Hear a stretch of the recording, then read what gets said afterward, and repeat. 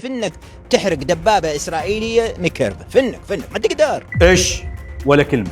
بيوم واحد حزب الجنوب دمر 21 دبابة، أما الحصيلة من بداية الحرب لليوم عبرت 100 دبابة، وتكلفة الدبابة الوحدة يوصل إلى 7 مليون دولار. أما الطائرات الأمريكية بهاي الكم يوم إيران طيحت 4 طيارات، ومو أي طيارات، لا، فخر الصناعة الأمريكية اللي ما حد يشوف. أما الرادارات، مسؤول بالسي اي اي لاري جونسون يقول إيران دمرت 13 رادار قيمة مليارات الدولارات. وبالنسبة للقواعد الأمريكية بالخليج 14 قاعدة صارت. وإذا عددنا الخسائر فالقائمة راح تطول، وراح أضرب لك مثل وشوف حجم الورطة اللي بيها أمريكا.